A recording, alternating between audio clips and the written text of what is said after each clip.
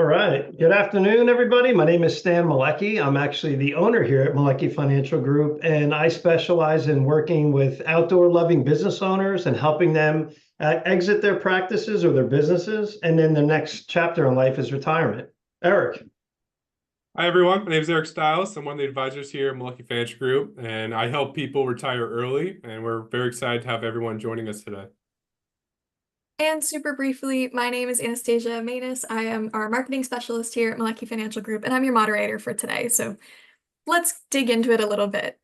So as you all know, today we're discussing your retirement blueprint, everything that you need to know to get prepared for retirement, specifically your retirement income and understanding how that works for your situation. So why are we focusing on your blueprint anyway? Won't it just work itself out when you decide to retire if you've been saving, right? Well, there's really, you see that's on the screen. There's really three big points of why you can't just hope it's going to work out. Because, with modern medicine and everything, people are living long lives and long lives in retirement. And the longer you're going to live, what's kind of a funny thing, that's actually more of a risk for your financial plan because that's more years you have to have your assets last. And then, of course, obviously it's been a big hot topic over the past several years, but the rising cost of goods and services, it didn't just happen in the past few years. It's normal. It happens over the long term. And the value of your dollar when you start retirement is not going to be worth the same at the end of retirement. So you got to make sure you have your assets set up so that your purchasing power stays the same throughout retirement. And then, of course, unfortunately, when you get older, you're gonna have bigger medical bills. You're gonna be, going to the doctors more. It just happens. And, for a lot of people also, having to go into long-term care is something you need to be aware of as well. So those are 3 points of why having a blueprint is important, because you got to make sure you're prepared for those. Excellent. Good. All good topics, Eric. So, plus we want to talk about here that there's so many misconceptions out there about retirement and living in retirement and things of that nature. And as you see on the screen here, the kind of the not section is what I'm covering here is we hear all kinds of different scenarios where people say, I have plenty of time to prepare. Don't make that mistake. It's really so crucial to start early and make sure you're saving enough for retirement because most adults are actually, they're going to be in retirement, their adult life, a third of their lifetime, actually, believe it or not. Social Security, that's another one. A lot of people say Social Security, it'll cover everything. Depends on your lifestyle, of course, and your budget, and which is really kind of one and the same there. But what are those costs going to be in expenses? Social Security generally isn't enough. We find out with most of our clients, and then another one we kind of see is I saved enough. I think I have enough for saving. And so that's why it's crucial to plan and know about all these things to make sure. And we're going to talk about a roadmap a little bit later, but making sure you're on track, so that you do know you have enough saved when you do pull the trigger for retirement. And the last one that we have here as bullet point is talking about, and we've had this happen before. My kids will take care of me. It's okay. It's definitely not a good plan. So you don't want to think about that as a plan B. Really, preparation of multiple resources of income is really what's crucial in retirement. And a lot of time too, we wonder if that's the plan. I wonder if the kids know that that's the plan too, how they would feel. That's a good point, Eric. Yep. Yeah. So, retirement is very expensive. It's something you need to be prepared for. And when you're setting up your retirement plan and you're setting up your goals and trying to figure out how much do I need to live off of, we really believe in segmenting your goals between needs, wants, and wishes. Your basic living expenses, your food, your shelter, your health care, those need to be in the needs section. We need to make sure that we're going to be on track to fulfill those expenses first before worrying stuff like your hobbies like golf, like go on your boat or traveling, that are people say, oh, I need those, that's what gives me enjoyment, but at the end of the day, those are really wants and wishes. So we find it best for everyone to kind of segment their goals, because unfortunately, if your plan does not allow for you to achieving everything you hope to do, it's an easy way to kind of pick, okay, well, I'm gonna get rid of my wishes first so I can prioritize my house, my food, healthcare, potential long-term care expenses. And so that's what, be ready for everything that's going to come in retirement. Got it. So we know that retirement can be expensive and we're going to need money and income to take care of that. Where does it even come from in the first place? Yeah, so here's kind of the three main sources of income that most people will see. So Social Security is kind of the first one. Let's talk about that a little bit. Most people know it's federal, it's a federal program, available here in the United States. As we work throughout our lives, a portion of our monies we put money into the program, and then at retirement we can turn that into income. And depends on how much we're going to talk a little. Eric's going to touch base on a little bit more specifics and the details of that. But basically, you're going to be pulling out a benefit during retirement. So that's kind of Social Security, of course. Pensions is another one. We don't see this as much anymore nowadays. More so in the unions, we see it in the union space. We'll see, larger pensions, but nowadays you don't see it. It's more expensive for companies to have pensions versus 401ks and things of that nature. So pension plans, there are retirement plans that are offered, for employees. And then you receive regular payments at retirement when you retire, a monthly payment to also maybe help supplement Social Security. The third one is really personal savings and investments. This is a huge part of where we try to help people when they're younger to start planning to have enough for retirement to help supplement Social Security, and if they're fortunate enough to have a pension. So that's also important, putting enough away, and then how do you take distributions out of that personal savings as well to help supplement for retirement years. There is a fourth one I'll touch base on. Not everyone has this, but we see a lot. Some people have rental income from real estate, whether it's commercial or residential, and that's also can be another good source of income as a portion of it. I don't recommend it only to be that, but kind of looking at multiple sources is an advantage, I think, to most people. Yeah, and kind of expand on Social Security. There's three different types of benefits you get from them. You got retirement, disability, and survivor benefits. And for the majority of people, if you work for about 10 years or more, you're going to be enrolled in Social Security and work for 10 years and paying those Social Security taxes that everyone hates seeing come out of their paychecks. But Social Security is very important. There's a lot of strategy to it. You could take it at your full retirement age. You could potentially take it at your as early as 62, or you can delay it till 70. And for a lot of people, they've been paying all these taxes into it. They want to take it as soon as possible, but that doesn't always produce the highest chance of success rates. That's where we kind of recommend, working with your financial advisor and having an assessment done of what's the difference in success rates if I take it at 70, take it at full retirement age, or if I take it as early as I can if you retired before full retirement age. And then, next slide. Yeah, so now we come into pensions. Like Stan said, it's really not offered as much anymore, but for those that do have it offered, it can be an excellent tool, an excellent vehicle for retirement. One of the great things about pensions, different from what we're going to talk about next, is that the employers essentially, they're saving the assets for you. So having to worry about, unfortunately, a lot of people put retirement in the back burner. They don't realize that they have to start saving as soon as possible. Well, pensions will start saving for you. One of the kind of concerns of pensions is that they don't always have inflation riders, which we kind of talked about earlier. So you may be getting a high amount right when you retire, but the value of how far that's going to go is going to erode as you get older and older. And then next slide. Actually, can I add something Yes. quick on the pensions? That's just one thing that they're not also guaranteed all the time. We do see sometimes pensions are underfunded, and sometimes people's benefit could get reduced, just to kind of throw that in there. Yeah.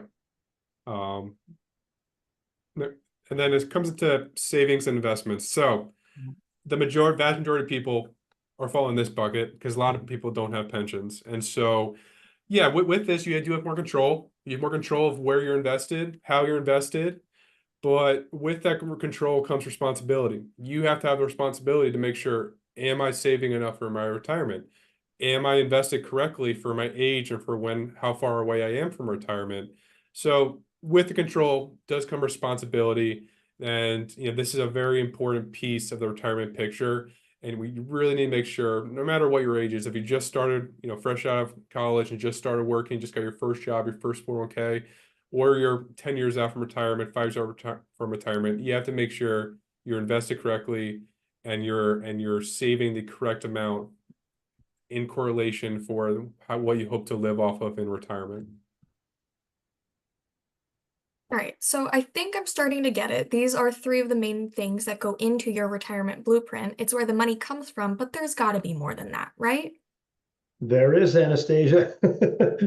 That's right. So the retirement income really, you really talking about a blueprint here. It's really your financial blueprint, sorry, just much like a builder when they're going to go build a house. What do they start with? Blueprints. They start with the plans to build a strong foundation. And that's exactly what a blueprint really is financially. And we use software to kind of walk a client through all this, but it really is helping you. It's putting in all your assets, putting in your goals, looking at your budget in retirement, and making sure you're optimizing all your income sources so that you can enjoy retirement and we can all do the things that we want to do or hope to do in retirement. So that's why planning is so critical. Budgeting and all these things, like I had mentioned, also for taxable money, so non-retirement type money. What's the most effective way to take that out? We try to use tax effective or tax efficient, or even we call it tax smart investing, offering or optimizing distributions on a tax-free basis. There's different ways that you can do that, or at least tax favored for sure.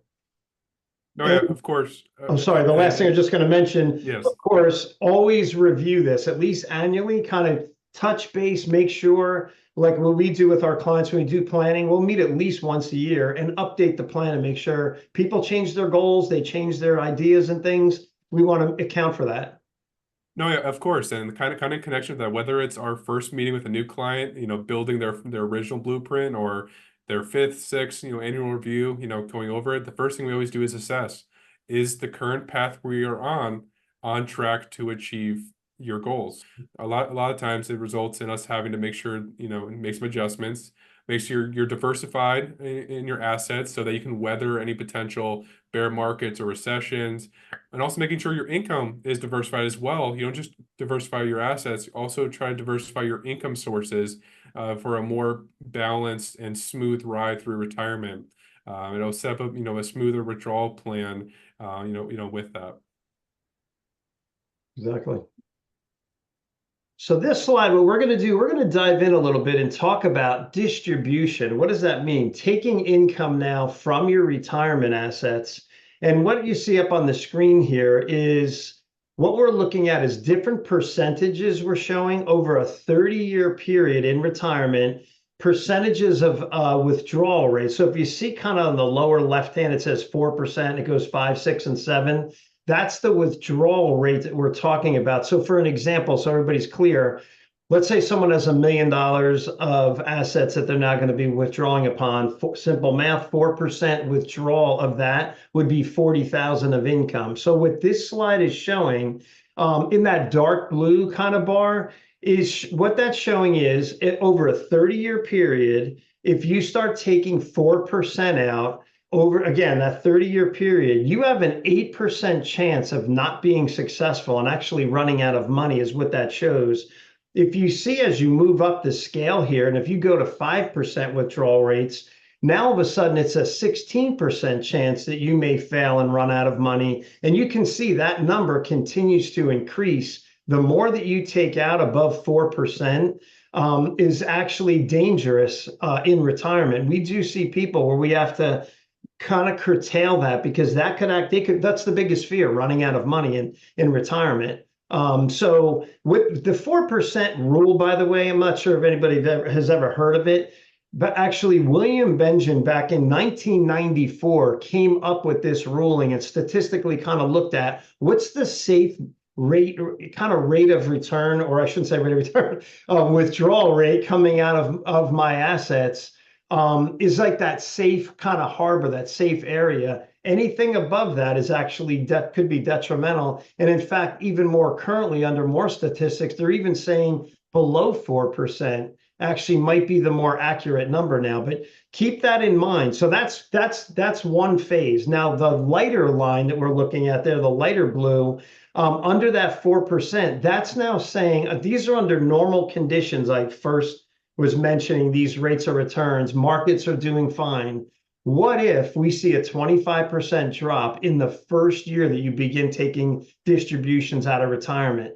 That's what that lighter blue line is showing. And you can see the dramatic increase in actually failure of running out of money. So that 4% all of a sudden goes to 22% chance of not having enough through retirement and fall short. And you can see the grid, throughout the slide here. It could be detrimental. So there are some different things we'll talk about in a few slides, how to try to avoid some of these pitfalls. So working to avoid something like this is where our income solutions might come into play, which is a big part of this blueprint that we're really going over. These are additional approaches that might help you when you're moving forward into retirement, especially when it comes to mitigating risk, right? No, of course. And one of the ones you hear a lot, used to be very, very popular back in the day, still is, but when used in the right way, is annuities.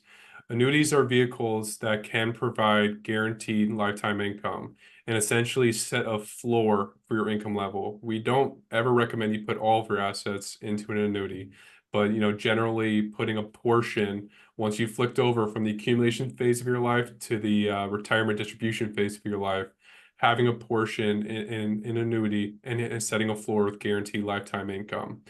And then besides that, it's about investing the remainder of your assets, effectively, so that you're in securities, you're in investments that can generate income, can generate dividend income or interest income, and keep your principal protected. Do that through diversifying and through other different methods. And then, as well, not everyone retires with just retirement accounts, tax deferred vehicles. They also have assets they've saved, non-retirement assets they've saved for retirement. And we have to make sure that we have you set up in a tax efficient manner, and that when we're taking withdrawals from it, we're being as tax efficient as possible. Because it's not just about return, it's also about your after tax return is what we're trying to focus on. And a really big game changer in the retirement income space that we use, and Stan's going to talk about, is ATS, Advanced Time Segmentation, which is an exclusive bucket style investment strategy that Stan's going to kind of expand on right now. Yeah, so let's talk about this a little bit because this is kind of critical and it is exclusive to our firm, which is kind of neat. But so advanced time segmentation, I'll kind of give you a little bit of backdrop. Time segmentation has been around for decades, and it was basically where people were using stocks, bonds, and cash to basically allocate their money. We're going to talk a little bit more about that and kind of allocate across different asset categories or asset classes. So what advanced time segmentation, how it's kind of different is we provide income now. If someone needs to take income now, we also prepare for future income. And I'll kind of show you on another slide that we also have some money in another bucket allocated for long-term growth that we're not touching for a long period of time to be able to give that time and buy time. And you'll see that at the next slide ahead here as we talk about this a little deeper. So what you're looking at here, and hopefully this might be a little busy, it is kind of complex. I'm going to try to simplify this as best I can on this one slide. So what we're looking at here is advanced time segmentation, like I'd mentioned. It brings in two other categories: lifetime income, which is guaranteed lifetime income, almost like a personal type pension that you can create for yourself. And then also alternatives. Alternatives are things like commercial real estate. They're things not like, so stocks, bonds, and cash, they're non-traditional. Those are traditional. These are non-traditional. Commercial real estate, it might be commodities. It could be the credit space and things like that. There's different areas that are managed, nothing crazy, that provide high dividends and dependable income. So that's when you add the 5 categories, or these 5 buckets that we'll call them here today. It actually is proven to show clients over time to sustain their income, help to keep pace with inflation with their income, and also protect their principal and grow that as well, and also mitigate risk through all this. So what we're looking at is on this slide, here's an example of all 5 buckets. And what you're looking at here is lifetime income, that kind of bucket 1 we'll kind of call to the far left, is, like I said, almost like a personal private pension where money could This is not to jut in, but this Yeah, is go kind of ahead. where talked about earlier with the annuities, where we don't think they're necessary for everyone, but in the retirement income space, that's kind of what helps fill that lifetime income bucket and give you a floor with some form of guaranteed lifetime income. Sorry. 100%. I'm glad you added that because that's exactly true. So Eric's right. We kind of allocate accordingly, of course, different types of these segmentation or buckets purposely. So each of these buckets has a time, a purpose allocated toward it for what it's going to do within retirement. So before I even get into the details of this, I think an important understanding is most people put their money into a moderate to balanced type strategy, and then they're taking distributions. Not that that sounds like a bad idea, but here's where the problem lies with that for the longevity. We're forced to sell in good markets and in bad. So what I mean by that is we see volatility in the markets up and down throughout the different months and years, correct? So what's going to happen is in down years, we're forced to take out money to sell off to create an income stream for the client on a monthly basis. Let's say that's the most common scenario. So people will take money monthly. You're going to be selling in down months and in good months over time. The problem with that is you're chipping away at that principal when you're selling in lower periods, and it's hard to make up for that in retirement. So the difference with this adds now, back to the screen, lifetime income, like Eric talked about with annuities, that's a portion, and we use software driven to kind of mathematically equate and customize a plan for for everyone with this, but it'll tell us a certain bucket, certain amount should be in that bucket, lifetime income. So no matter what happens in the markets, you have a guaranteed contractual bound portion of your income is coming to you for lifetime incomes. As long as you live, literally lifetime income. Sometimes it's even offered on joint lives, husband and wife. Fixed income bucket is mostly all bonds, also known as fixed income. Very conservative, pays a nice dividend. It's income producing. And you can see those dollar signs there. That's also showing money coming out of the plan, distributions to you. And that's on a monthly basis as well. Very stable. We're not selling off in down periods. That money is stable and predictable. What the key is with this bucket is it's spending down principal and interest. That's its purpose. And remember, I mentioned earlier, each of these has time and a purpose allotted to this. What's going to happen is we're going to spend that down for the first 7 years. That balanced bucket that you see just to the right of fixed income, that actually is money that we're going to put in there, and we're going to let it ride and grow for it's a balanced strategy, 60-40, 50-50 mix between stocks and bonds. And what's going to happen is we let it ride for 7 years and we give it time in the market to go through market cycles. We're not touching it. What we do in year 8, we move it over to the fixed income and refeed that bucket. So this is a 15-year projection, by the way, I forgot to mention. It does show it on the slide here. This is a 15-year projection out. And it shows that in year 8, from years 8 to 15, we're now going to refeed that and we're spending down that fixed income again. That's its purpose, spending it down, principal and interest.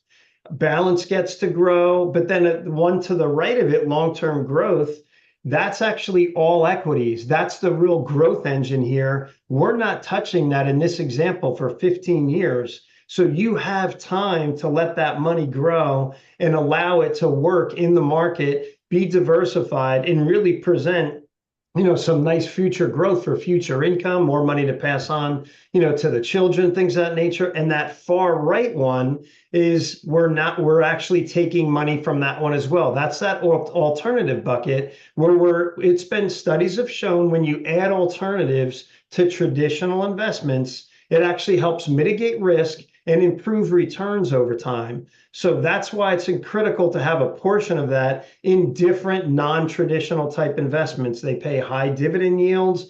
They provide nice dependable income. And doing a strategy like this is much different because we're not forced to sell really in down years. We're buying time and hopefully this made sense. I know it's hard to kind of get all this in one shot, but you're actually trying to diversify this across different categories purposely, buy time, but have that dependable income throughout life. So this is really all about mitigating risk, right? This is just one approach to doing so. No, of course it is. But as far as for risk, I kind of touched on this throughout the presentation, but when deciding retirement, what risk level should I be at? How much risk do I need to take?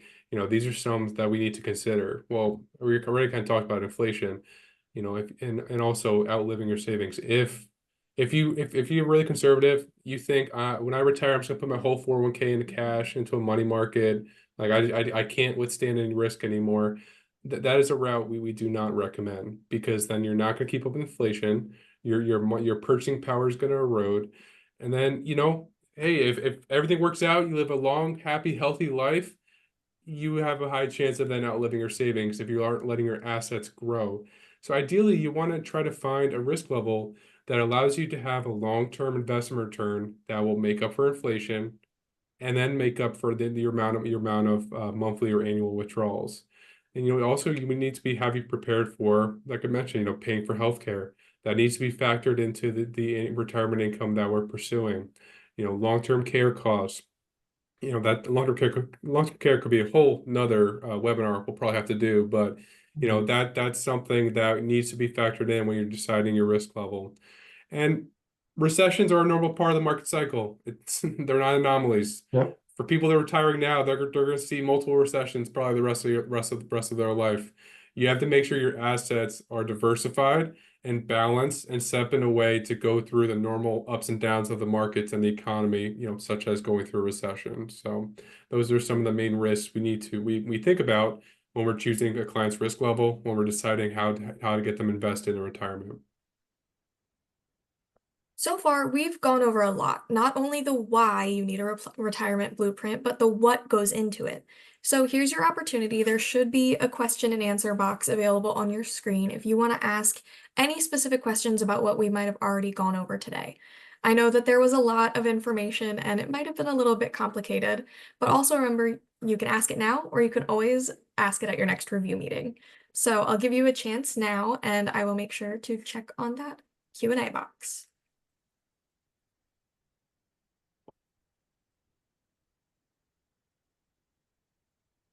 If Stan and Eric, if you have anything that you want to include right now before we move on to anything else, give everybody a chance to ask any questions. Now's a great time.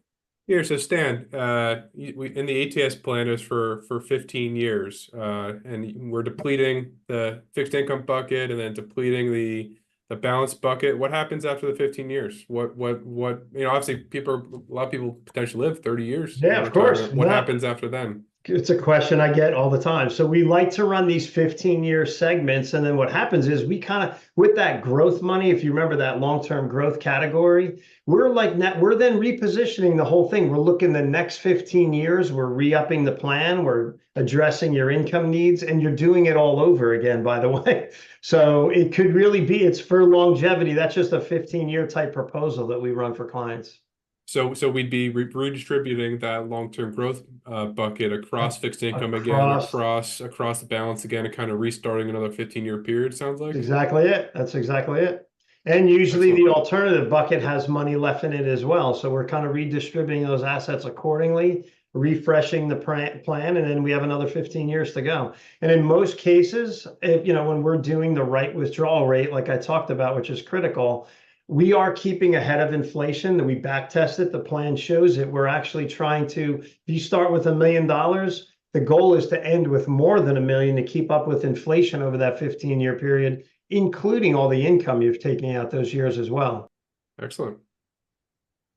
So I'm not seeing any questions in the Q&A box, which is totally fine. So we're going to move on. And of course, we want to share some other tools and resources that you might want to use when creating your retirement blueprint. There are many retirement calculators, budgeting tools, and investment platforms available online to assist you, and you can totally accomplish a lot on your own with these. But remember that professionals, as you can see here, are available to provide guidance and personalized solutions to help you achieve these retirement goals. You don't have to go at it alone. You can get a little bit of help.